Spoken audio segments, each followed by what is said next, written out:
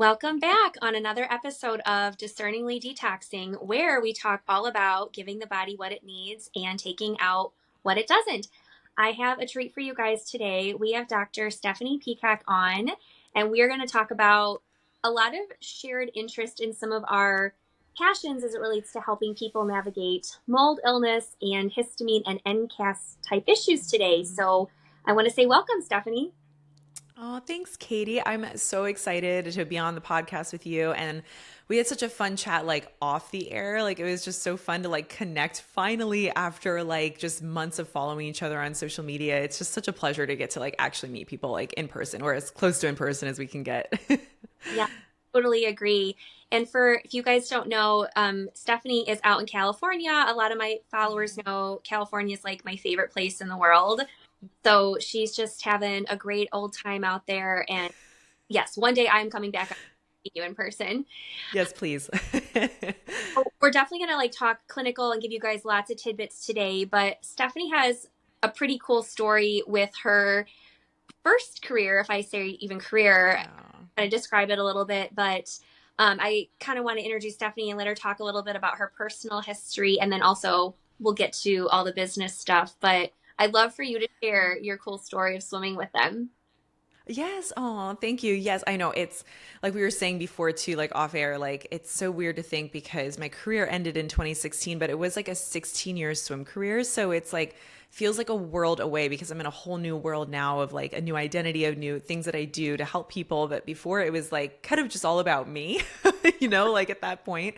But yeah, it was 16-year swim career. So I started swimming when I was 9 years old and I just fell in love with it. Like I tried every other sport under the sun, and like honestly, like I was a very shy person growing up, and so like swimming was perfect for me because I could literally just keep my head down and like not talk to anybody. So that was my life for a long time. And yeah, so I swam through high school. I was the number one recruit in the country, actually. After I graduated my senior year in high school, I went and swam at University of North Carolina at Chapel Hill. I was really drawn to it. I had taken trips to different parts of the country, but I didn't really want to. It's so funny. I live in California now. I'm from Florida, but like I didn't want to go all the way out to California for school, but now here I live.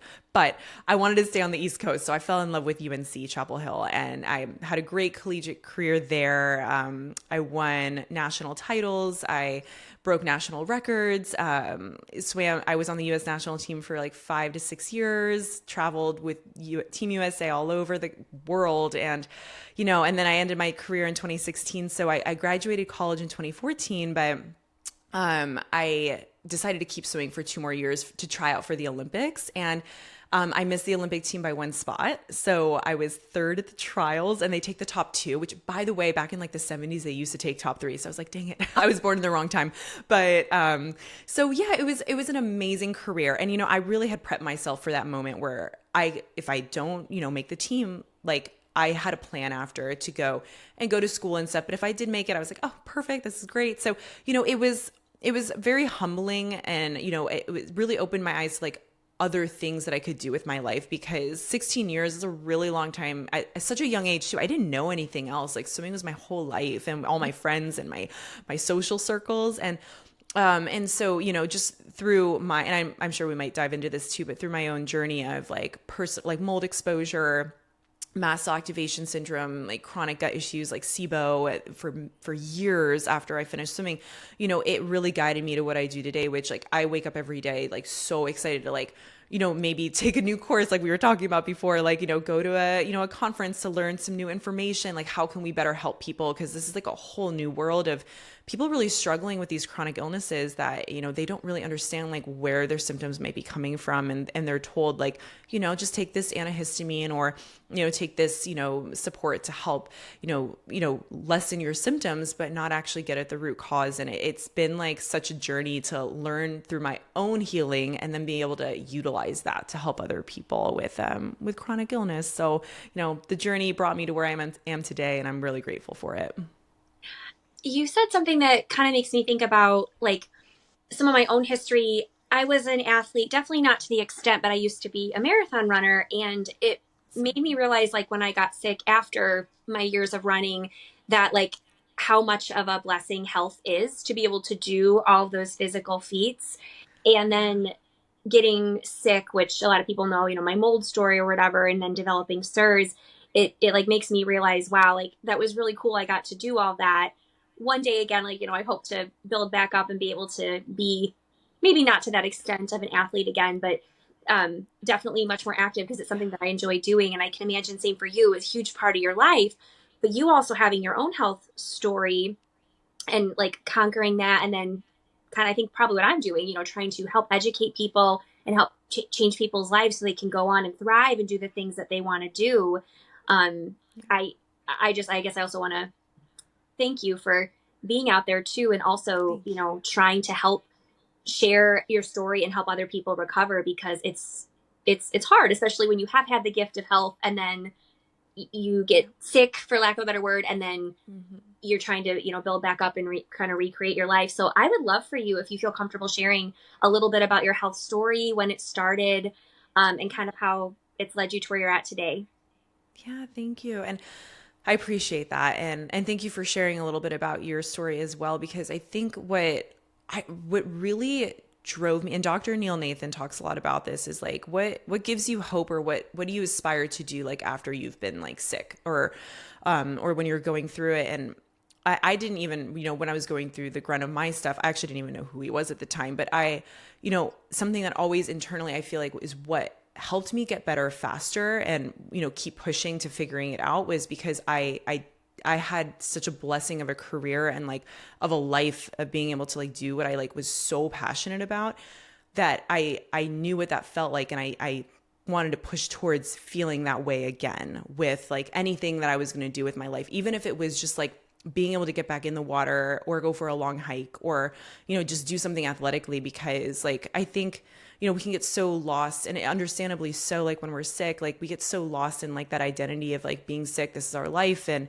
it's having something to look forward to, I find to be so empowering, like that energetic, that emotional healing side of things. So I just wanted to kind of say that piece, because I feel like that's something we like as practitioners and patients and everything, we can forget to bring up or think about, is like, well, what do we forward to do after all of this? Like after we can heal, and what can we do with ourselves after? So, but my story really was, I actually, while I was in the midst of my swim career at the UNC Chapel Hill, is when I got a concussion when I was swimming actually, and so I was never the same after that concussion. I still had about 4 years left in my swim career then, but I started to develop the weirdest gut symptoms, anxiety, like weird symptoms I never had before, to the point where 2 years after my concussion, it was my senior year in college, and that's when I was actually swimming at our big conference meet, and I was swimming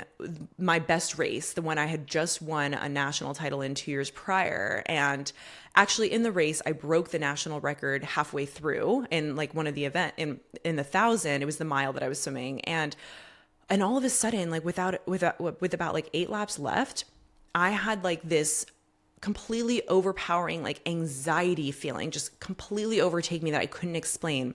And it would happen to me a lot when I was training, and I looked like I hit a brick wall. Like if you can actually see the video footage of it, it looks like I literally stopped swimming in place. And so I barely got to the wall, and I had to have people help me out, like cut me out of my like fast suit. Like it was a very scary experience for me. And it terrified me to the point where I was like, oh my gosh, like I don't know if I can keep swimming.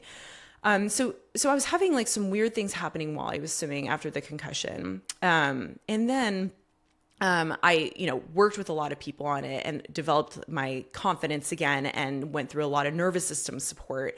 Still didn't really understand what was going on with me, but I was able to make it to the 2016 trials that I mentioned, where I was very blessed and so happy with that race, because I felt like I had conquered more than like I even set out to do. I was like, well, maybe I didn't make the Olympic team, but I competed in a race and I gave it my all, and I was able to use my nervous system to support myself and stay calm throughout the whole race.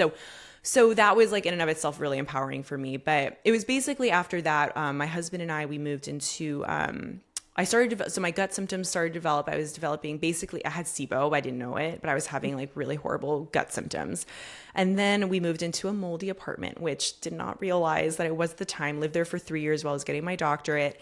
And my SIBO was just through the roof, like bloated, 9 months pregnant every night. And I started to develop like the weirdest symptoms, like weird growths on my skin. I actually got melanoma when we were living there.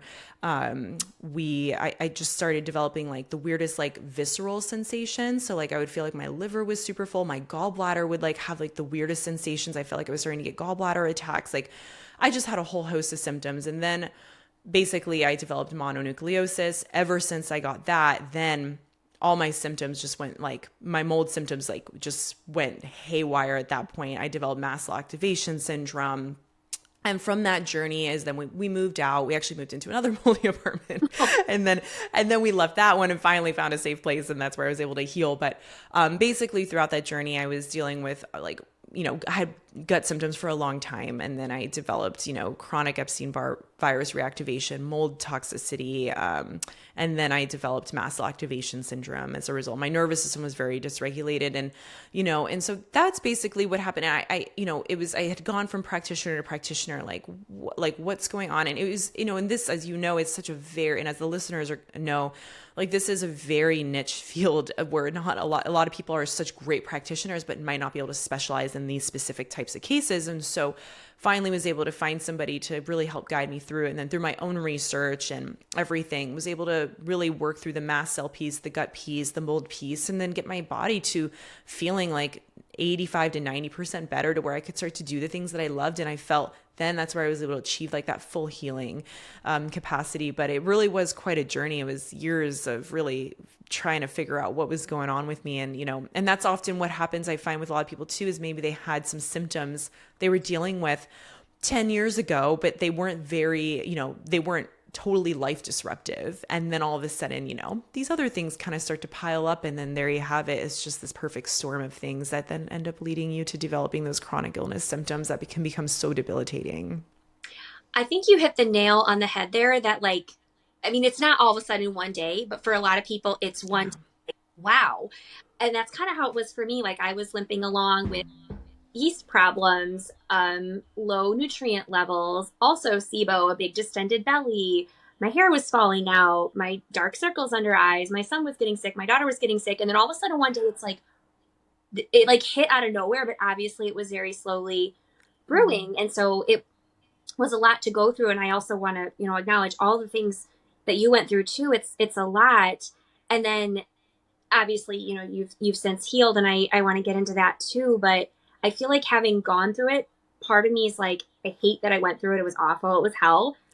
But it did make me a pretty damn thorough practitioner. And it's given me a lot of compassion for my patients, because when you've been to the depths of that hell, to be totally frank, you know what it's like. You also know your healing path. And then it's like, gosh, if I could blaze a trail and help as many people get out of that, because like you said, so many practitioners don't specialize in this stuff. This is very niche stuff. It's also very order of operations stuff that I want to get into with you today too, that so many practitioners do not understand. And I'm going to be bold and say, one, because I think that if they haven't lived it, I feel like sometimes you don't fully know. I mean, there's textbook, but I do feel like there's a lot to be said for also living it, and then healing it yourself. And just, I don't know, that relatability to patients is absolutely a lot. I'm curious how you learned about the mold. Was it retrospective, or did you guys actually figure out when you were in there that, oh yeah, this is a moldy place? Like, was there testing done, or how'd that all happen? Yeah, so it was definitely we didn't realize it when we were first living there, but then we realized it after, because of the symptoms. Like I was like, oh my gosh, just with the chronic Epstein-Barr reactivation, that's where I developed like internal tremors, like ice pick headaches, just like some of those really classic like signs of like some like mold illness at play. And then just like the fact that when we moved there, within like a few months, my SIBO, that's when it was like just like absolutely horrible. later on then realized like that apartment did have like a lot of water damage issues. Like we didn't realize, we didn't know what to look for. We didn't realize that musty smell was probably a mold issue, you know. It's just like, oh my gosh. And so yeah, so we realized that kind of like later on, and then that's when we like kind of like around the time we moved, and then that's when we moved into the second place. Like it was kind of like within a few months, like realized again, like, oh, there's an issue, but we knew what to look for. So then that's when we were kind of realizing it. But to your point of what you said before is that that's a big reason why a lot of people will end up like, you know, when I do a discovery call with somebody, or they meet me for the first time, they're like, well, a big reason I want to work with you is because like you've been through it too. And you know, it took me a while before those words really sunk in for me to realize like, wow, like you know, there's that empathy piece where when you've gone through it, yeah, one, it makes you very thorough as a practitioner, but then two, it's like, you can really like help to relate and like kind of be there for them more than just a practitioner. You can really like your understanding of them. And sometimes that's like what people really need too. Cause when people are going through all of this, like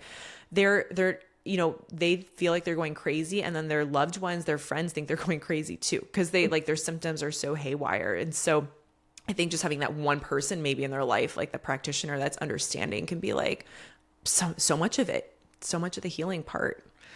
I have Yeah. so many patients, um, and I think this probably needs to happen. I'm happy for them that they're letting it out and they're crying, but so many people cry once all Oh this yeah. stuff like kind of comes to surface. They're like, "Oh my God, I'm not crazy." And for years they were either gaslit or dismissed, or just their symptoms kind of reduced, or what I say a lot on my social media, their team was playing downstream symptom whack-a-mole, and they just kept thinking like, "Gosh, I feel like there's something driving all this, right?" And then when they Hmm. finally figure it out, people are like, oh my gosh, this sucks. But also, in a weird way, a lot of people are like, I'm actually kind of happy because there's a problem that's fixable and this can all Yeah. resolve. And I think that's one of the beautiful is probably not the right word, but the silver linings with mold illness and histamine issues and SIBO is they're not life sentences. They're all things that can get way better. It's just accurately like defining the problem, tackling it, looking at the environmental side of things, and then probably the most challenging thing that I know you specialize in is that order of operations of trying to help them heal. Because a Yeah. lot of times when people DIY, which I'm not one of those practitioners that's like, don't Google. Like, I'm all for like research. Like, you do you empower yourself so you can find, you know, talking points with your healthcare team so you can try to figure it out. Like, I never want to shame anyone who is curious about their own body. They just want to get better, right? So, but in the looking up of things and trying to stumble upon their own, you know, like what possibly could be going on, it gives very good conversations with the practitioner. And then we can try to help make heads and tails of it and do it in the right, and not that there's one perfect way, obviously there's a ton of nuance, but like general framework, there's things that generally work well, and then there's some things Yeah. that crash and burn, like maybe jumping right to binders or something like that. Totally. Yes, 100%. And like, and that's like the biggest, I think, key in all of it. I know what you specialize in too is like that order of operations is like absolutely key, because if someone's so sensitive, like we cannot jump into like, and we know mold's a problem. Like the last thing we want to do is jump into like binding mold. Like we don't want to be like, you know, killing things off or binding things out of their system right away. Like we gotta work on stability first. Like the body needs that stability because it's felt unstable for such a long time, that if we try to like make it feel more unstable by like tackling these things that we know are issues, but they just need their time. Like we need to get to that point first. And so like that order of operations is like so key and like so necessary for a lot of these like highly sensitized like individuals dealing with like toxic burden or whatever it is, but that has led them to developing potentially like highly sensitive issues like mast cell activation syndrome or histamine intolerance. I feel like those three things that we're kind of talking about, histamine issues, mold, SIBO, very much go hand in hand, regardless if it's full on gas or just histamine intolerance. I'd be curious if you were to take a stab at it. When you see patients, do you usually see that trifecta? Do you see people that are just one, or is it usually the trifecta that I call it? Yeah, I'd say it's usually the trifecta. Sometimes I'll just see like mast cell and SIBO, or like histamine intolerance and SIBO, because it is definitely possible to not have like mast cell and histamine intolerance at the same time. But I would say the large majority is going to be like all three of them for sure. And I think that's why I've seen in my career a lot of people, what I call chasing SIBO. They have SIBO, they find it, they kill it, eradicate it, and then it comes back. And that's often, and I think you and I are so aligned in that there's all these big environmental factors that if you don't look at the environment, which I know sometimes can be very hard to come to terms with, gosh, is my house making me sick? But if you don't look at the environment, oftentimes you're playing either Western medicine, downstream symptom whack a mole, or the green holistic version of downstream symptom whack a mole of killing the SIBO, trying to control the histamine overload, over intolerance. What's the word I'm looking for? Histamine intolerance. Yeah, And yeah. there's this big elephant in the room of mold just continuing to trigger the whole problem. So yeah, I do feel like, at least in my experience, I'm seeing the trifecta sadly very often. Definitely.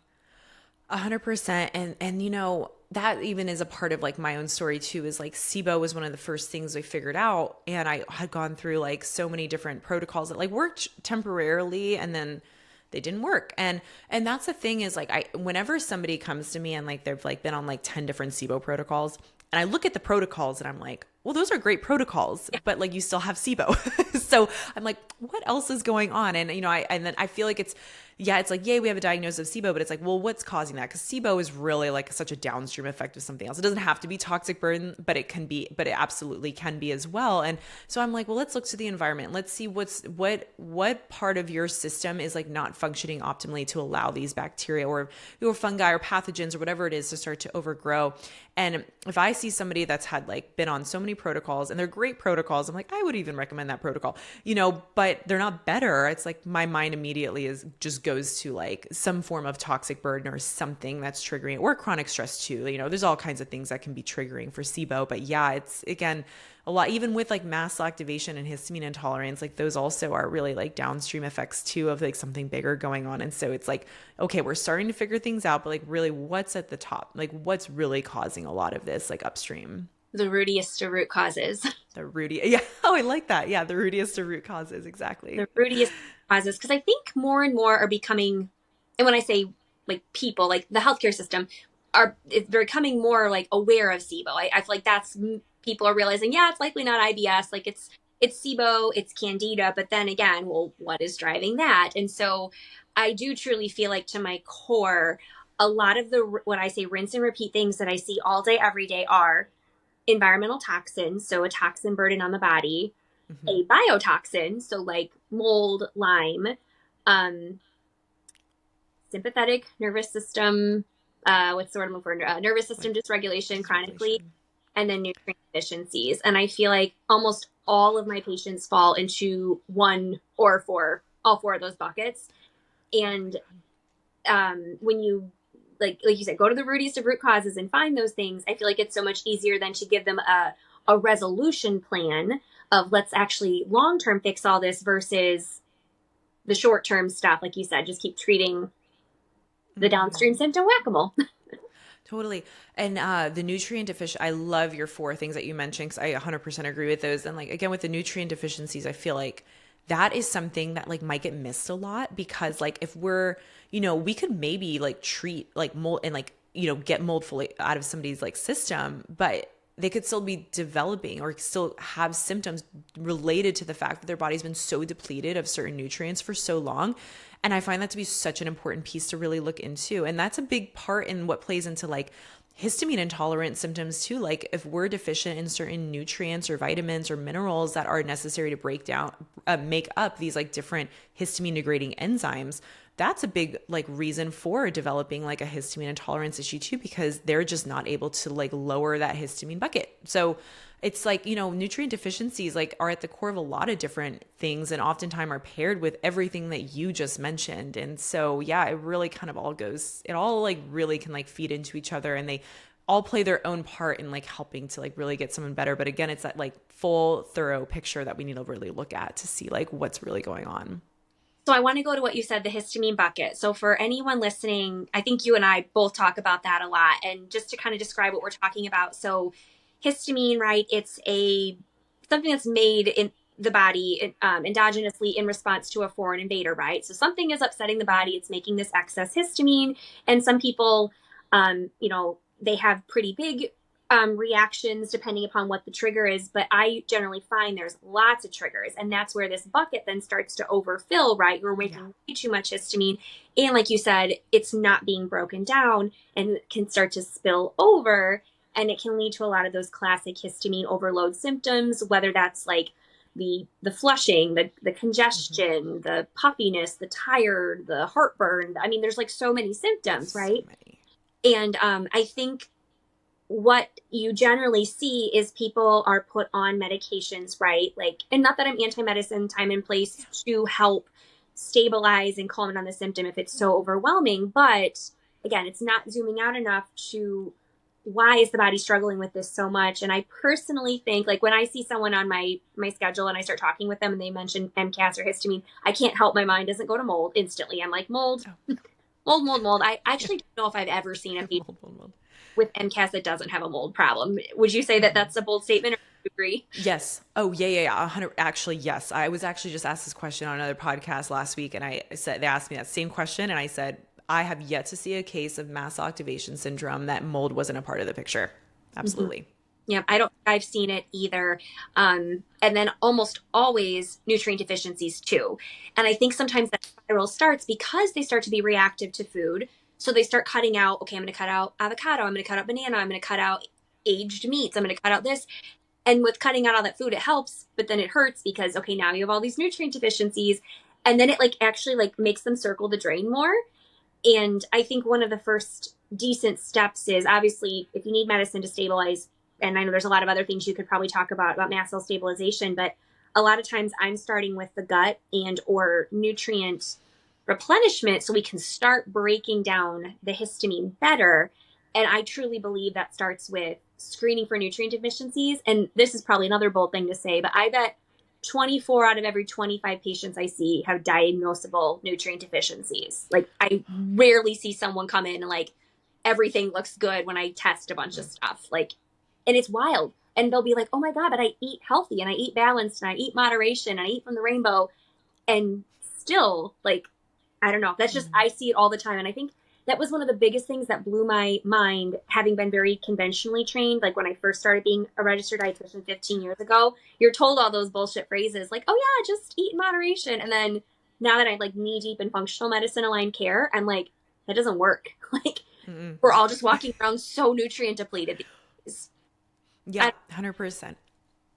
Yeah, yeah. I find the exact same thing, and like the gut is really like such an important starting point for like so many different conditions like histamine intolerance, mast cell, SIBO, gut overgrowth, mold toxicity, toxic burden, because if we're dealing with all these other inflammatory components going on, we have excess histamine in our body, like that's degrading barriers in our gut. Like our gut most likely probably already had some like weakened barrier points because it allowed a lot of this stuff to happen. But again, too, like this is feeding into that cycle. It's like this cycle of constant inflammation, creating less barrier function to be able to support our bodies and be able to handle like loads. And that's why we see more of a buildup and more of this and that that's occurring. And so it's important to, like your point, really focus in on like what can we start to do to like support the gut, and then also like nutrient wise, like what can we do to help that person to create better histamine degrading enzymes to be able to like DAO or HNMT or whatever, like to be able to start to lower that like histamine load. Because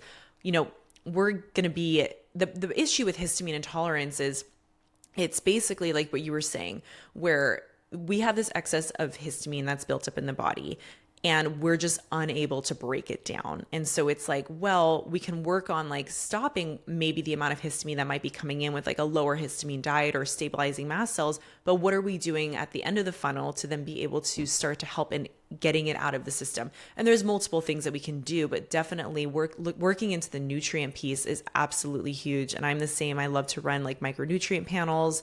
Different types of nutrient supports are so necessary to be able to help people and, navigating histamine intolerance. And it's a really critical first step. Yeah. I feel like right now I'm on a copper kick, because it became personal to I me that love that. I found out I have a copper deficiency. And it's like, Mm. I mean, I guess I don't eat beef liver, so maybe I need to eat beef liver more. But then like I'm also on a B6 kick recently, as it relates to things to help the body make plenty of DAO or help break down the histamine. Historically, though, I've always had zinc on my mind, vitamin D, magnesium, plenty of omega 3s.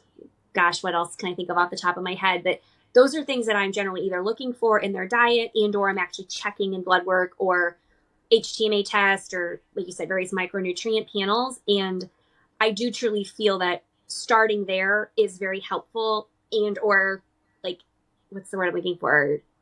Simultaneously looking at the gut. Now, do you do things like SIBO breath testing? Do you do Genova diagnostics, GIMAP, all of those maybe?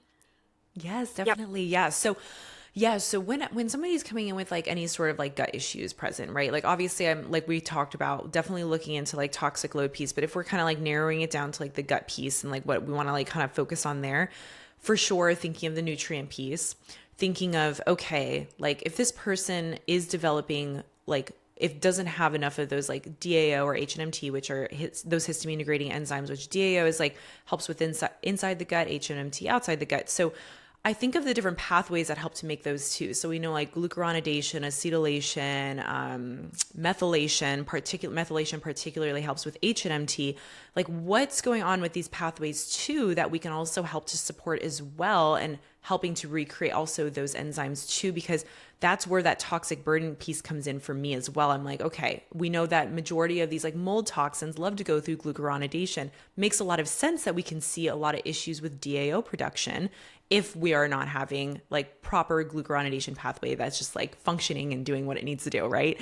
And so I'm thinking along those lines as well. I just kind of want to mention that piece. And then when it comes to gut testing, yeah, I like GI maps. I really love the gut zoomer actually through Vibrant Wellness. I love that one too. So I kind of, navigate between both because they're so great for looking at markers of what's going on within the GI tract, inflammatory markers, short chain fatty acids, all that fun stuff. And then I really love to do SIBO breath testing. If I'm highly suspecting, if this person is really struggling with like real intense SIBO symptoms, like they're really like looking at that distended belly, like, just it's really getting in the way of like social interactions, things like that, which is what I definitely dealt with. Like I didn't want to go out like past like 4 p.m. because my gut would be so big. I couldn't even like fit into my jeans. Hurt, right? So Hurt your belly. Yeah, I remember thinking that. yes. Yeah, and it like hurts and you're like, oh my gosh, I can't handle this. So yeah, so if I'm really suspecting like large amounts of SIBO at play, then I definitely run a SIBO breath test. I'm a big fan of Dr. Allison Seebecker's work along like SIBO stuff. And so yeah, I love running the Trio Smart breath test because it looks at the hydrogen, methane, hydrogen sulfide dominant type SIBOs. And so I like to look at that. It allows us to see like where along the intestine like we're seeing the majority of these like overgrowths occurring and then how much in parts per million. So it can allow us like better direct like certain treatments towards like what particular like dominant strains we're seeing. With methane overgrowth, which is not even a type of bacteria, it's an archaea, that I particularly find that one to be really highly linked to individuals with mycotoxin illness and Lyme disease. I find that one, and I really believe that's a big part of why like we hear a lot of like methane is so untreatable, quote unquote, because it's so hard to treat or it's more treatment resistant. And I think it's really because of this biotoxin piece. Like we're not addressing that in a lot of these individuals. And that was actually, again, the case with me. I keep bringing my own case up, but I had like through the roof methane levels, like higher than most of the cases that I typically see. And so again, it's running those two, and we can see what we can do to support those individuals that are dealing with like SIBO as well. Cause SIBO is a really big deal. It is a downstream effect, but it's producing a lot of endotoxins that's creating a lot of inflammation and clogging up liver pathways. And so, yeah, looking to the gut piece is crucial. I just grabbed this because you were starting to talk about methane and like this is my like safety blanket. I feel like I still buy Yeah. this, even though obviously it's gone. But this Atrantil is what I'm. Yes. But obviously that's one component of it. But I feel like yes, methane dominant um, SIBO, SIBO. or I sometimes will just see it really high on the GI map that Methanobacteriaceae, and I'm just like, Yep. man, yeah, it does tend to be very common in the biotoxin slash toxin overgrowth type situations or Mhm. bioaccumulation situations. And it's wild how often you see that. And I feel like you've got like this person and they go either to conventional care or functional medicine aligned care. And I feel like the conventional care person with a lot of these things that we're talking about, right? Like they're tired, they're bloated, they're itchy, they've got like congestion symptoms, they're puffy, weight loss resistance. They go to Western medicine and they're like, here's you have IBS, like here's some Linzess and a low FODMAP diet. Here's your Pepsid, here's your Zyrtec, here's your SSRI, and here's your Ozempic. And that's like what happens. And then you go over here to functional medicine. It's like, let's do a SIBO breath test. Let's do, like you said, a gut zoomer. Let's do a biotoxin test, like Vibrant Wellness. Mm-hmm. Let's do mycotoxin testing. And it's just, I actually have like a diagram I show on my social media, like me going to Western medicine and what they told me was wrong and what they did for me. And me Yeah. eventually going to functional medicine and all the things that were found and what the Mm-hmm. cure plan was. And so, like you said, it's just, it's like a vastly different way to look at it. And when you go to these nitty gritty things, instead of focusing on just suppressing the symptoms, it actually helps. Like you're sitting right here in front of us, healed, like way better. No more, what'd you say, 9-month pregnant Yeah. belly bloating at It's night. terrible. Oh, it was terrible. I remember thinking the same thing, like, and I can imagine for you, and I don't know if this was happening, I think you said while you were swimming, like swimming and feeling distended is not comfortable. It's Same terrible. for me. Running and feeling distended, like it's just all sloshing around in there. It doesn't feel good. I know. No, I know. Yeah. And that's the thing. It's like, if you haven't been through like the SIBO bloat, I feel like, again, it's where that empathy comes in. It's like, cause as someone who hasn't been through like the bloating side of things, like they hear someone's bloated, they're like, oh, okay. Like, that sucks, I'm sure. But it's like, no, like it really sucks. Like you don't get it. Like if you've had the SIBO bloat, it is the worst thing. And so that sometimes when I talk to clients, I'm like, I totally relate. And I'm so sorry you're going through this. So, like, you're the first person to like actually get this, because like they tell their friends they're bloated and they're just like, that's not really that big a deal. I get bloated. And it's like, no, you don't get this kind of bloat. So yeah. And to your point too, with the, like the different care models, yes, like, I see a lot of people that had been worked up a lot through the conventional care with SIBO. And a lot of it is like, maybe they even do the SIBO breath test, but they just do the one that's measuring like, hydrogen and methane. And they might have like through the roof methane, but they're basically just being treated with only rifaximin, or like they didn't even get the proper treatment. So they've gone through tons of rifaximin, which I actually love rifaximin. It's great, but it's better like when paired with like allicin for SIBO, or neomycin if we go that conventional route, or with if it's just hydrogen, that's when we want to utilize more the rifaximin, right? It has its time and place, but I see like, yeah, conventionally it's mainly just like rifaximin or rifaximin neomycin, 2 weeks, that's it, and then you should probably be good. But if their levels are through the roof, like mine was, you might need like multiple rounds, or you also just need to figure out why this is happening. Because if you can really figure out what's at the root of that, which for me, it was the biotoxin piece, was the mold piece. It had weakened all my barriers to be able to support, like keeping SIBO at bay. Then I have found, even for myself, but for a lot of people I work with, that a lot of the bacteria and stuff it can start to leave the small intestine and go and actually resolve on its own without having to go through like multiple rounds of a treatment. Because again, with like biotoxins, like mold, for example, that one weakens like our gallbladder's ability to emit enough bile to be able to act like that detergent to clearing out, pathogens in the small intestine. It can reduce our stomach acid. We need an adequate stomach acid to, one, be able to create like better gut motility, which is necessary to prevent SIBO, but also to prevent like those incoming pathogens that we get maybe from like food or things like that from taking hold in the small intestine too, to be able to kill those things off. It supports our migrating motor complex. So our migrating motor complex is so key in preventing SIBO. It's like the street sweeper of the gut, and that actually gets inhibited with mold toxicity too. Other ones, it weakens the immune system. 80% of our immune system resides in the gut. And so, we need that to help create strong barriers to support in eradicating if there is any potential overgrowth of bacteria. And digestive enzymes, are key at helping to also prevent SIBO. And, mold toxicity can also affect our ability to produce and secrete digestive enzymes. And so that's why we'll see like on like GI maps or stool gut zoomers, we see like, low pancreatic elastase on those. We see like low gallbladder function. We see a lot of things that are occurring because of this biotoxin piece. And so if we can like restore those parts of the gut, get rid of the toxicity, we can really resolve SIBO and a lot of things like without needing to go in and do a ton of kill phases, which I'm not opposed to those. I think they're important. They have their time and place too. But, it's sometimes we can do a lot with just getting after like the rootiest of root cause. I love that you said that. I'm going to use that. I'll sometimes tell people like you have to think of it's an assembly line all the way from the mouth all the way out the other end. And with SIBO, oftentimes it's just like, okay, small intestine eradication, like you said, rifaximin, neomycin, allicin, atriental, antimicrobials, whatever.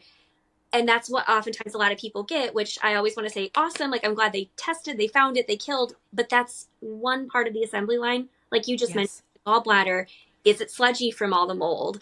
And is that trickling down into low stomach acid? Did that make it super alkaline for all this to grow? Okay, now we're seeing the low digestive enzymes. Okay, now you're not breaking down and absorbing nutrients very well. And that in turn is decreasing more stomach acid production because you're low in these nutrients. And like people just don't, in my mind, like I see a lot of practitioners not connecting all the dots. Right. And I think this is why you see a lot of times two people provider hop. They go to someone who likely served them and like at least did better maybe than the conventional Yeah. model. And again, not saying the conventional model doesn't have a time and place. It totally can. But with a lot of these big chronic issues, they go and they get this one thing looked at, but the dots weren't connected, like I joke, all the way from the mouth, all the way out, Yeah. the chewing going on well.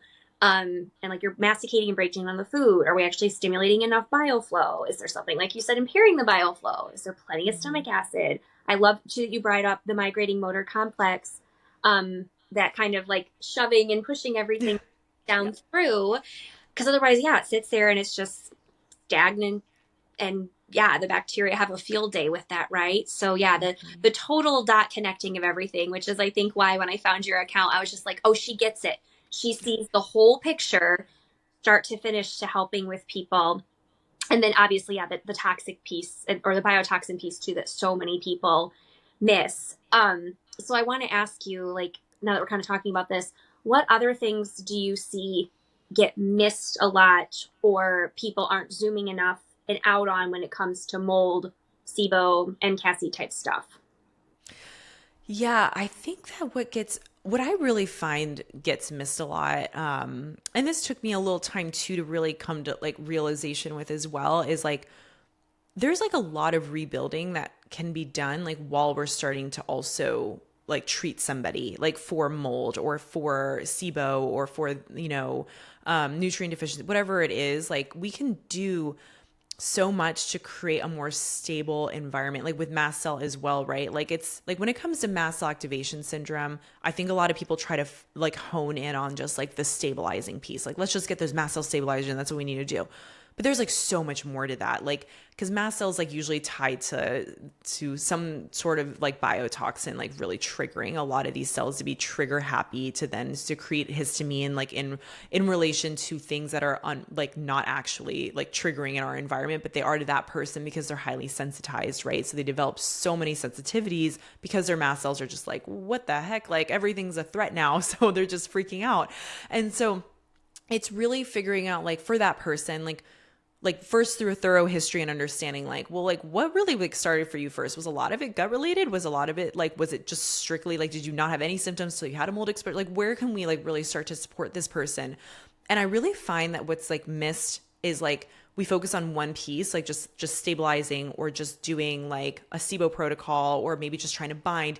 But we need to like zoom out and be like, well, what is this person's body saying to us? And like, what can we do to like support in like giving them either the nutrients they need, the gut rebuilding support they need? Do they need, like what can we do to help like build them up so that way they have a good detox, that way that they can stabilize better? And a lot of that can be through just nutrient support, through gut rebuilding, and then through adequate stabilization, through nervous system regulation. I find the nervous system piece gets missed a ton. Looking to the environment is one of my biggest things. I have every one of my clients fill out an environmental toxin questionnaire form to then like see like, well, what are you using to filter your water? Are you purifying the air? Are we sure that the home you're living in is safe? Are we, and I hate to use the word safe because it's like you said before, it's hard to like imagine like where you live is like an unsafe place. But again, just making sure that like there are no mold issues there, products you're using, like all that stuff can be like really triggering to the body in different ways, even to the gut too. Like we know like BPA and, PFAS chemicals, like these things that we use in our kitchen, as well as like, in the water supply actually can trigger a leaky gut. So it's like zooming out, what can we do like for the body without having to go in and like try to bind and kill and, do all these things first. And I find that taking that holistic like stabilization approach, which of course the mast cell stabilizers are really important, like adding in those supports to help, but what can we do to really like stabilize this person as a whole? Because not everyone can start like just mast cell stabilizing. We might need to focus on like just quality nutrients they're getting from their food, quality sleep, decreasing stress, right? Like those might be the first few things. Filtering their water. They might be too sensitive for stabilizers. So we need to focus on other things we can control before we can layer in these things in. And I think not having like just this cookie cutter approach to everyone with this, because everyone's going to have a different story and a different timeline. And it's like, well, what can we do right now that won't set you into a flare and that we can actually use to support you without layering in things that your body might not be ready for at first. So I hope that answered the question, but I think it's like taking that holistic approach and taking a step back and be like you mentioned, where along that assembly line, like could this person utilize, like have the best supports first before we dive into the next phase of things that we need to do. The foundations are so important because sometimes those things get missed, and I always say, like at the first appointment, like I want to try to give you some tools for today to help you with like the biggest issues here, but the big picture. And sometimes people are hesitant to this, but eventually a lot of people come around that we can do all this like fancy functional testing and all these amazing care plans. And I always kind of let patients buy in, like how wide do you want to zoom out? Like I'll meet you where you at, but I will say at the end of the day, we can do all that stuff. But like, I love that you brought up water. If you're drinking shitty water, and I say it with love, all day, every day, like you said, it's just going to not serve you. And so, yeah, one of my friends I've had on my podcast before, she said this quote, and I quote her sometimes, like, you're only ever going to be as healthy as the health of your house. And I know that that's hard to think about. And sometimes, like you said, like, you don't want to say like the house is truly unsafe because obviously, like, here in the moment, you're fine. But in terms of the granular details with your body, if you are breathing in mold, if you are drinking arsenic and chromium hexavalent and radium in your water, like, you can have this great diet and exercise, which I very much believe in being a registered dietitian. But this is probably what you see me rant about the most on social media. I say this a lot. People are obsessed with looking for a better, more perfect set of food rules. And oftentimes what's right underneath their nose is their water and their air. And they don't want to go there. I sometimes think people want the better, more perfect set of food rules. Like, oh, just give me the keto meal plan or the paleo or the whole 30 or the intermittent fasting. And like, they want that to be the solution. And it's so like funny coming from a registered dietitian. And I'm like, no, stop that. Like, I mean, yes, food matters, but like it's only one piece of the puzzle. And if you don't look at, I know I'm sounding like a broken record, but all these other big things, that is not going to work. But if we fix all these other things, then that actually you might have success with. But it does take, looking at the health of the house. So I love that that's on your questionnaire. That's very wise of you to do that.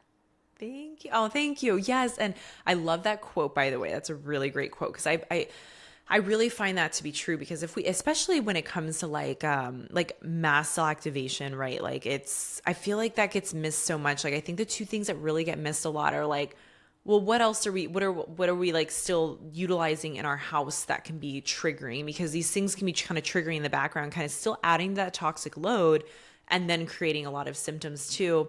And instead of like, and it's a lot of the people I find that like, may come to me with, maybe they're down to honestly like 3 to 5 different foods that they're eating. They're so sensitive, but they react to every stabilizer they've ever been on and great stabilizers, right? They've tried all the supplements, they've done all this stuff and nothing helps them.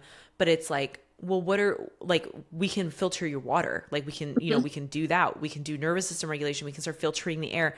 And I have to tell you, like 9 times out of 10, like it works so well. There's obviously going to be the case that people are so sensitive that we need to like do a little bit more nitty gritty work in the beginning. But doing that, like I had a client case once where they actually couldn't drink any water. They could only drink like pear juice because it was the only, like they were reacting to their water and they weren't filtering their water though. And so I said, okay, well, let's go ahead and filter the water, reverse osmosis. They did that. able to drink water again. And so many of their symptoms, like they weren't symptom free, but so many things resolved to where they were able to open up their bucket a little more, what they could handle, because now they're reducing the amount of contaminants. Like, what is it? Like 300 plus contaminants in our, or maybe more in our water supply. I don't even know everything, but there's a lot. So, we're reducing that, and then we're reducing their toxic load, and then we're opening up their bucket of what they can be able to have. And dehydration is a trigger for mast cells. It's a trigger for histamine intolerance. It's a trigger for like anything in the body. Cause like our adults, we're made up of like 70% water. And so like we need that to function. Our cells need that to function. And it's like, again, it's like, you know, and I might sound like a broken record too, but I truly believe like we need to get to the basics. I think we tend to miss the basics. We want to go to the next best supplement or the next best thing, but we really can't move that much forward, like move the needle that much more if we're just like trying to focus on supplements and not enough on like the foundation, which is so key. And I know you talk about this a lot, is like, how are we laying the foundation before we want to even start detoxing mold? Like, are we eating enough bioflavonoid rich foods? Like, do we have enough of these like nutrients that are necessary to support our detox pathways? Like,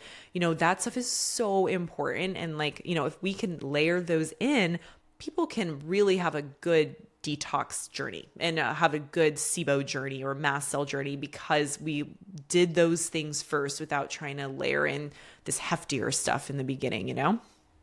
So, you know, when you're at a party and you meet someone and they're like, "Oh, hey, what do you do for a living?" And okay, I'm a registered dietitian. Everyone always tries to, "Oh, like, what's your best dietary advice? Like, what diet should I do?" You know, and I don't know if you ever get questions like that at a party, but honestly, like my party answer is get your water figured out. Like that's what I always tell people, and they're like, "Well, wait, should I do?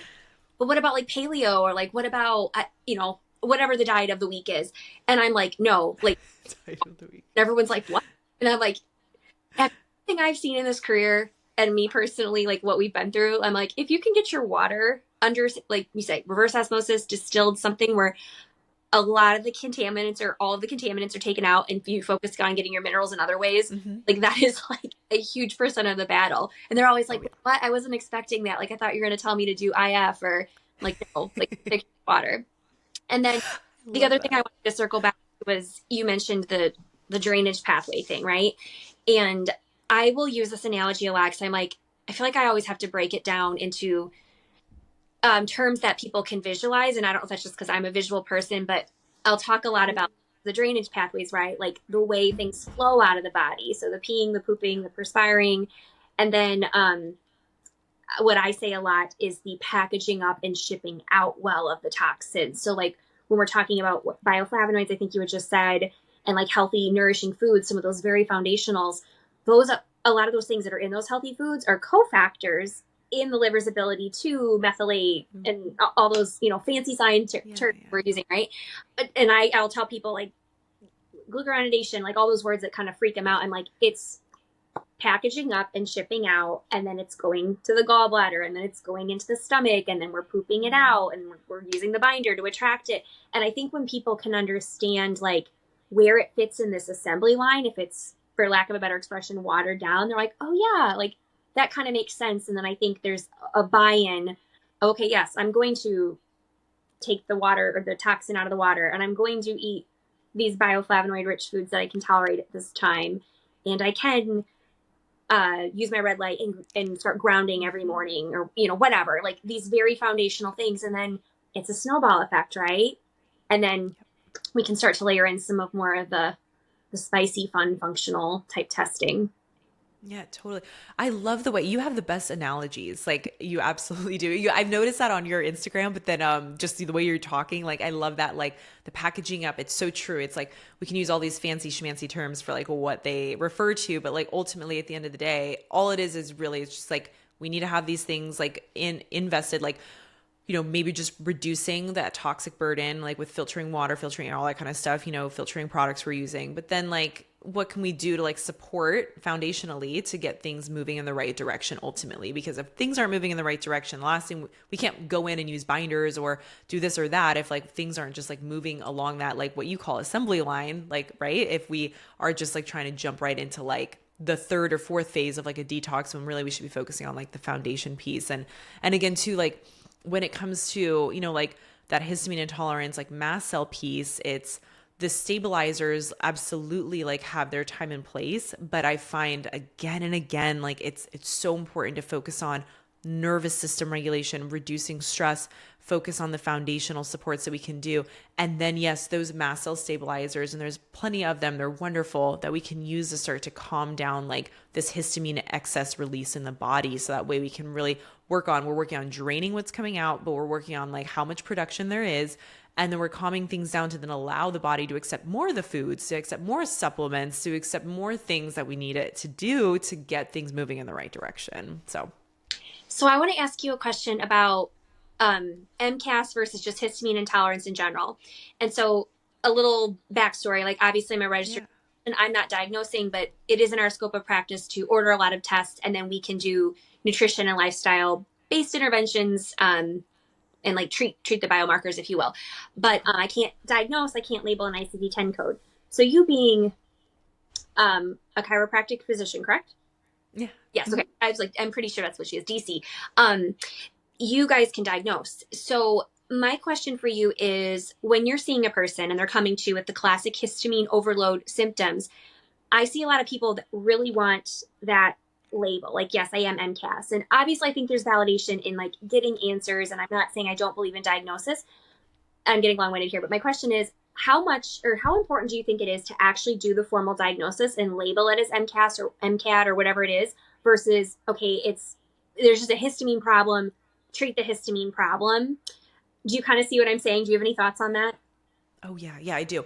So that is my background is getting, I got my doctorate in chiropractic and everything. And so I still hold my license now because I do see clients or patients here in California, but I act as a consultant for a lot of people outside the state of California, which just allows me, so I don't actually like do diagnosis or ICD-10 codes or anything like that for them. So for the vast majority of people, actually almost everyone that I work with, I tell that like I don't go through like the official diagnosis codes or anything like that for them, primarily because, and I know you know this well, but I'll just explain this is mast cell activation syndrome like became an official diagnosis back in 2016, and the issue arises with trying to get that diagnosis. It is so hard to do that because the testing isn't where we need it to be currently to like get an accurate diagnosis for every single person. Like I would say 9 times out of 10, like people have mast cell activation syndrome, but it's not showing up on their labs because the lab testing that's getting used has to go through specific like cold centrifuge testing. It needs to be literally refrigerated from the time that it was drawn to the time it gets to the lab. Not very many labs do that.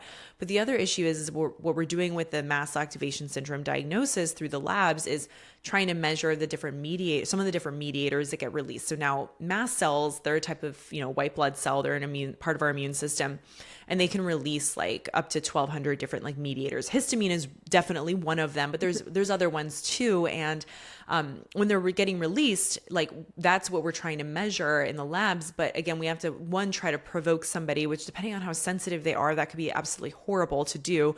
But two, these mediators don't stay in the bloodstream for a very long amount of time. So it can be hard to measure it too, which is why I said like 9 out of 10 people, we're really not even getting like a diagnosis with that. So I'll tell people when it comes to mast cell activation syndrome, if you're having inflammatory symptoms in 2 or more body systems through the history, if I can tell, okay, like what have you been exposed to? What are your symptoms? All that kind of stuff. Like it's usually pretty obvious that they're dealing with like some sort of a histamine or mast cell response. And I'll usually try to explain that to them, like how that works, like why the mast cells become really trigger happy and like highly sensitized to then react to everything in their environment. But on my intake questionnaire, I have like basically a bunch of histamine symptoms that I have them fill out so I can see, okay, and I have them rate them. So it's like my histamine survey basically. So I'm kind of, before I even meet with them, I'll look over it. I'm like, okay, there's definitely a histamine issue that's occurring here.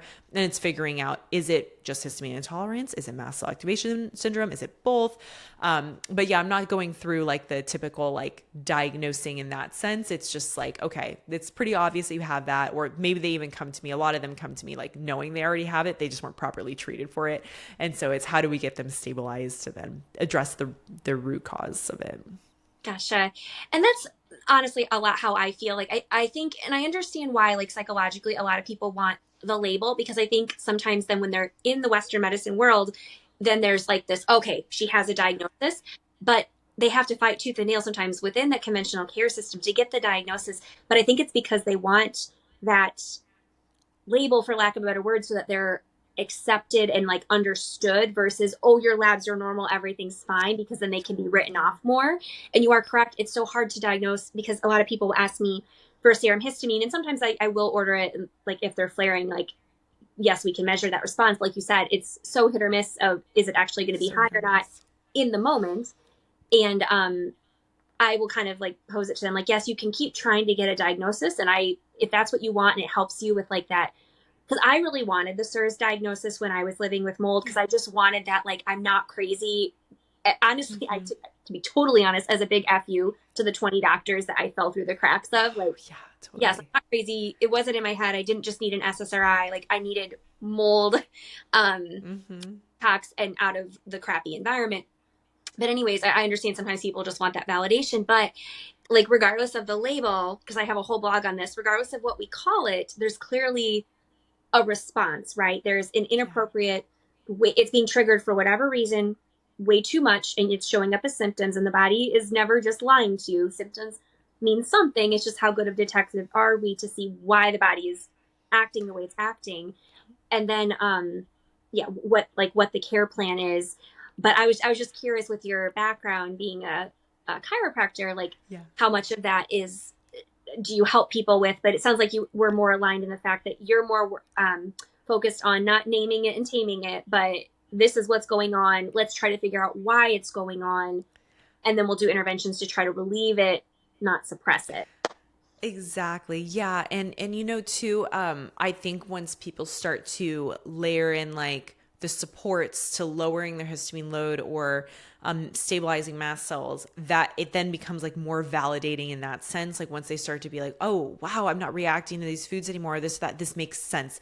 And Mm-hmm. so I try to do my best with, yeah, since I'm not doing like the official diagnoses, I'm telling you, like, you know, I'm not officially diagnosing you, but like these are so, and I send, you know, I try to give as much support as I can because again, I totally understand that too. Like when I was going through my own stuff, I was like, what the heck is going on? I never got the official diagnosis either of mast cell activation, but just being able to stabilize and do all that stuff, I was like, oh, this makes a lot of sense. And so, you know, I try to tell them just wait, and you'll see that once we can start to really support that mast cell response, like how much better the symptoms become. And then when that happens, and it's like that feels like I think a huge validation for a lot of people in that way, at least. Yeah. I it's wild to me how much histamine intolerance is out there, and with the volume of patients I see being in an insurance-based practice, how many people are just getting Zyrtec. And so I think, and not that I have anything against Zyrtec, it Oh can yeah. work and it can help in the moment, especially, but that is like really all that I'm seeing out there in the conventional system. Maybe some Pepsid, maybe some Cromolyn, sometimes Ketofin, Mm-hmm. Ketofin, however you pronounce it. And that's it. It's just like, here's a bunch of drugs, and it works until it doesn't work, until, like you said, things just keep brewing and brewing. And okay, now I Yeah. can't eat this many foods. And now um, I'm like so itchy that I'm scratching my skin, and now my eczema's out of control. And now here's a steroid cream. And like, I just like, I see so many people come with this, like, for lack of a better question, like shitstorm of problems, that it's like, oh my gosh, like I totally feel for you. And when you can kind of open their eyes to, like you said, the water, the food, the nervous system component, and then the biggest thing that I think you and I are in alignment with is the environment. Like Yeah. Oh yeah. like we said earlier, like I don't know that I have seen a histamine overloaded patient not have a mold problem. Definitely. Definitely. And you know, I love that you mentioned that actually. Yes, because again, like those antihistamines like Zyrtec or Claritin or Allegra and stuff, like they have their time and place, especially depending on like how sensitive this person is, but it's like that's just not the only thing that we need to do. We need to, like, yes, that's helping to like block that histamine receptor, but like we need to work on stabilization. Like that is like the key thing when it comes to histamine and mast cell issues. And so yeah, like those second generation antihistamines, like definitely safer to use long term, things like that, like the ones we were just talking about, like Allegra, Zyrtec, Claritin, those ones. But again, it's like we got to focus on really like stabilizing for that person. And then that order of operations is again really important. So it's like, where do we layer in like the liver support? Where do we start to layer in like the detoxing and getting these things out? Because I also want to share another personal story of mine was so, again, when people are going, and I totally feel for all these people, and this probably happened with you as well, is like when you start to kind of bounce around to different practitioners that might not understand what's going on because they don't specialize in all this stuff, they might put you on a support that sends you into like a huge flare or something like that. And that actually did happen with me. So like for my histamine issues, I had somebody, correctly diagnose me with a histamine intolerance, but then they put me on CME, which is necessary to help support HNMT, which is then the enzyme that breaks down histamine. But that's supporting methylation. A lot of people struggling with mold detoxification, like and mast cell activation syndrome, have those clogged up methylating pathways. And then if we try to over support methylation or over support certain things too, we can really backfire something. And that happened with me. And I had a horrible mast cell flare that lasted like a year from that. And so, yes, it was, my biggest symptom was like, heat intolerance. So I couldn't go out in the sun. I couldn't, for longer than like 10 minutes, I couldn't be in a sauna for like longer than 5 minutes. So, and I really at the time, I didn't even know what had really happened until I kind of figured out much later on. And I, again, that really opened up my eyes to being like, that order is so, so key. And this isn't meant to scare anybody. But again, it's just like understanding, like stabilization is really important. We don't need to jump directly into like trying to like, support the liver, support this or that, like right away. We can just focus on like the foundational supports, focus on like gentle stabilizing supports, start to work our way up. And then when people are tolerating more, we can add in like the big guns. Like we can start to support maybe a little liver more. We can start to do more gallbladder support. We can start to do more detoxing support, which is like the fun part. Cause then you're really getting to like the nitty gritty of everything. But yeah, again, too, it all kind of dials back into like, what's that person need and like, where can we support them and meet them where they're at basically. So, like the name of this podcast, Discerningly Detoxing, I came up with that because so I'm married to a teacher. I love alliteration. Dreesens and my business name, Dietetics with Dreesens. And like, I'm so big into detoxification because I truly believe so many health problems are due to an overload, whether it's biotoxin, histamine, like there's just so many things that get in the way of normal optimal, I guess I should say, bodily function, that it just starts spilling out as all of these various signs and symptoms, whether it's weight loss resistance, high cholesterol, hypertension, metabolic syndrome, like all of these things, I truly believe to my core are, obviously there is a genetic component, but like the, it is like completely environmental. And like, I feel like that's one of my biggest aha moments 15 years in, is that if we could do a better job with safe, I mean, we were talking earlier, but like safer houses, right? Like we're not breathing in a biotoxin. We are not drinking crappy water. We're rinsing our produce very well. And I also want to say, like, preface, I'm not saying live your life in a bubble, but like control your controllables as best you can. Safe air, safe water, safe food. That takes people so, so, so, so far. And I know I talk a big game with a lot of functional testing because I do believe in like quantifying the data. And I think it helps people to see on paper, like, wow, like it's not in my head. Here it is. We're getting the data. But that if we could do some of these like very foundational things, so many people wouldn't be walking around with the labels that they have. I don't know. That's one of my like biggest aha moments. I'm curious, with you being a practitioner for, did you say it was 2014 you graduated? Yes. So what would you say is like kind of your like big takeaways in practicing for over a decade now? Like what do you really see, or like what are some of your like big aha moments?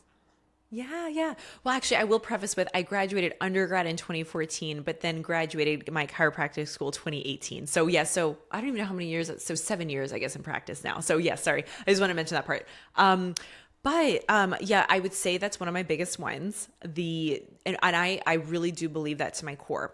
100% is toxic burden, because the thing is that we just know we live in more of an environmentally polluted world now, like unfortunately, with like all the different whatever's in our products and our building materials, and like, just houses maybe more prone to water damage, like all those different factors like plays such a huge role. And when I was starting to go through all my stuff, when I started to research things on my own, that's where I dove into. The first thing I did was like, oh, we got to filter our water. Oh, we have to do this. We have to do that. I was like, store our food in glass containers, not plastic. Like, I was doing all these little things that they add up over time. They seem small, but they really add up because you're reducing your exposure little by little, but that amounts a lot, especially when over time it's already been kind of like clogging things up in your system. So I'd say that's one of them. And I want to circle back to the other one was, I'm focusing on rebuilding like during all of this, right? And so like supporting the gut, supporting like different things that like need those support in like, creating like, so I really believe like weak barriers, like whether someone's had a concussion, like the blood-brain barrier or like their gut barrier, like I feel like that plays such an important role, and that helps with stabilization too, like with the mast cell piece as well. So I feel like focusing on like those things, like the nutrient support, like plays such like an important role in all of this before we even get into like the detoxing piece.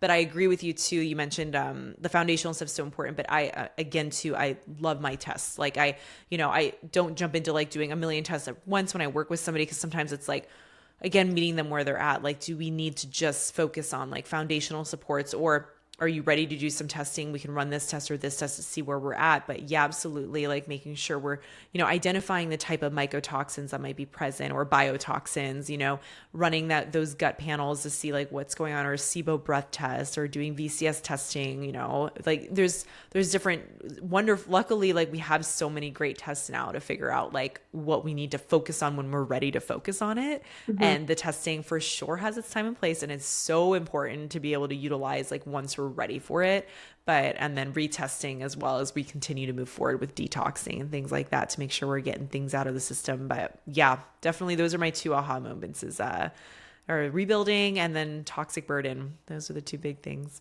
Isn't it wild? Like, I sometimes, like, my husband or people will call me like the mold queen. They're like, you talk about it so much. And I'm like, I do, but I mean, some weeks, 10, 15 new people a week with mycotoxin issues. Like, it's so widespread. And I think there's statistics that even say like, it's like 45 million water damaged homes.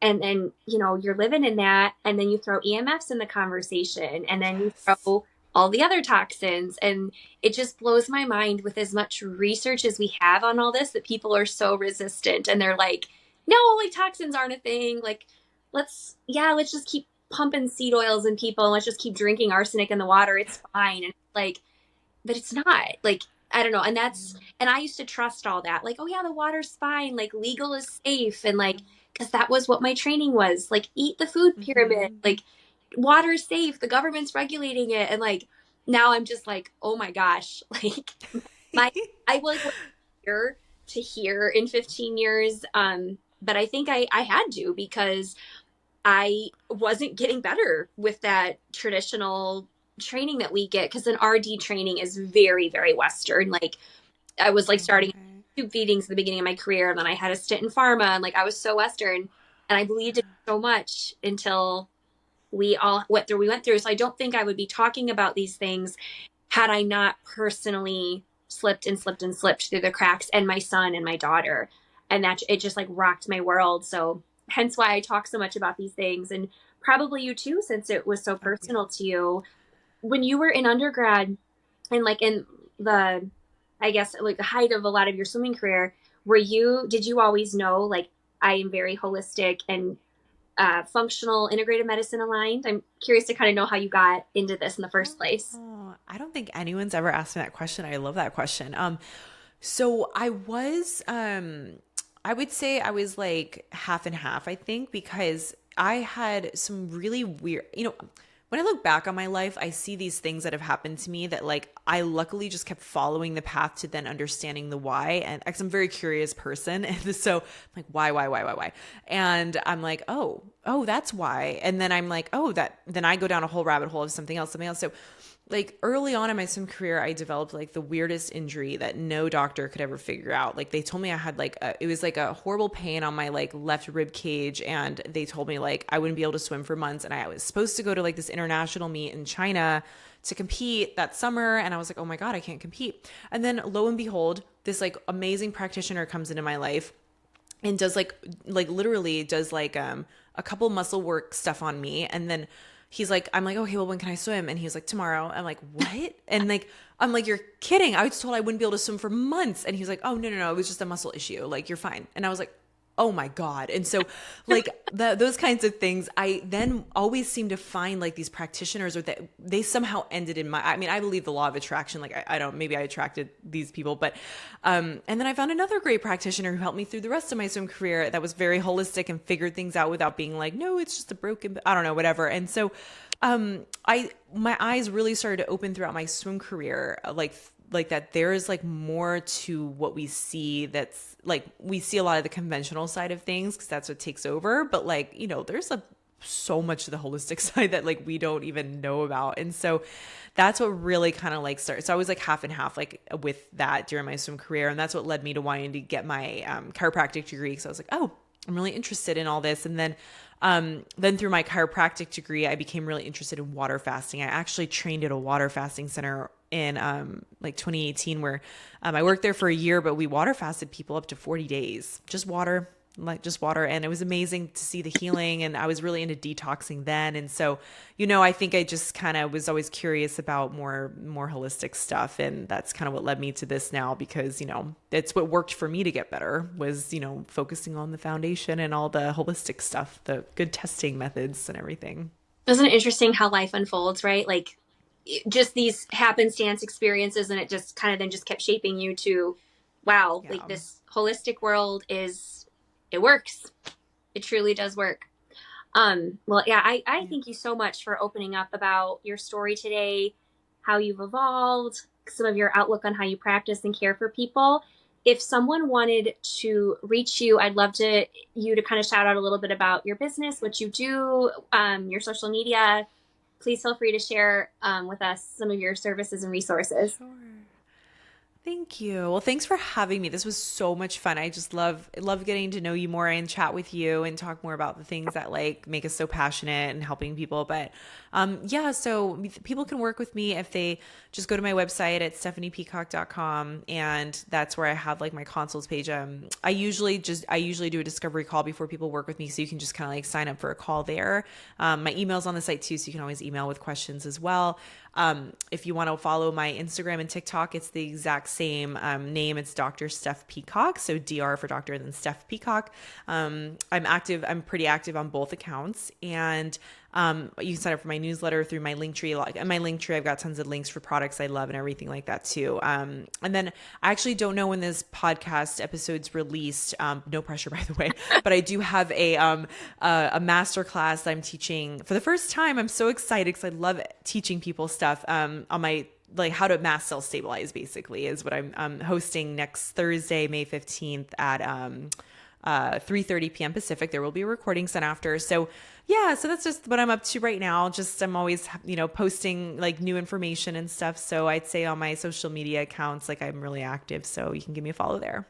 I love your social media. Like I said, she shares so much good detail. And like, I think one reason I love your account so much is it's not fluff. Like it's very specific, very good Thank you. content. I feel like I learn so much from you every single day. Oh, I seriously, I feel the same about you, Katie. I'm totally serious. I love your account. It's not fluff at all. It's direct to the point, and it's just like very obvious. Like both of us, like, and we're lucky to like, be surrounded by other great practitioners too that do what we do, that like just want to, help get people better faster. So it's like no need for the fluff. We just got to get the information out there, and Mm-hmm. whatever people want to take it as they want to. But, my goal, like yours, is to just get as much information out there so people can start identifying what they're dealing with and then get better faster. Yep. Get better faster. And I feel like the sooner people's eyes are open to some of these things and these, even though complementary and alternative, but still very much evidence-based ways that they can focus more on true resolution when feasible versus just what I say a lot, the downstream symptom whack-a-mole. So I always think it's important for people to know there's hope. I feel like we had so much despair with a lot of things we were going through until we figured it out. And now I try very hard to share the message of not just hope, like wishful thinking hope, but like these things can get better, because like the main things you specialize in, SIBO, MCAS, mold, like that can all go away. Like it, and people, and you probably see it all the time with your clients, like people get better when you really dive in and you fix a lot of these foundationals. people can heal. So I think that's like, Yeah. it's so important for people to know, because you see so many people in despair and it's like, no, we got this. We can help you. Yeah. I know. When I see, that's again, I'll say one more thing is just completely to what you're like, your point that you're mentioning is these diagnoses like SIBO or, like mast cell activation syndrome or mold, like, or whatever it is, like they might seem like it's just the end of the game. It's like, oh, this is what I have to deal with, but it's absolutely not the case. It takes time to get better for sure, because it takes time to build to the point, but have the patience, have the positive outlook and the hope, and like you mentioned, and then and working with someone who understands like these different cases, then to guide you in the right direction. But like I really believe, I'll leave it at this, like the body, I've always believed this, the body has the blueprint to heal. It always does. It wants to be healthy. These symptoms are not because our body hates us, it's because Yep. it's trying to tell us something, and we just got to listen to it. And so if we can really like hone in on that piece and just like guide the body in the right direction, I believe everybody can heal. Like I really do. Yeah. Yep. And honestly, that's literally like the tagline of my podcast: give the body what it needs, take out what it doesn't. And Oh, I you love it. watch people just soar. It sounds like so cliche to say, but obviously we very much believe in that the vast majority of problems, if you take the barriers away and you really nourish and love and support Mm-hmm. the body, it will thrive. Totally. Yeah. 100% agree. Well, thank you so much for being here. It was a pleasure to have you on and have you share all of your wisdom and knowledge with us. So I really appreciate you being on today. Thank you, Katie. Thanks for having me. It was so much fun to get to chat with you. And yeah, can't wait to hear the episode. Well, I will definitely get it posted soon. I am a quick one when it comes to the Oh, publishing. nice. But we will get the information Awesome. out about your masterclass because I want to take it myself. Oh, thank you. Oh my gosh, I appreciate that. Thank you so much. Well, I appreciate that. And this was so much fun. Thanks again for having me. All right, signing off, everyone.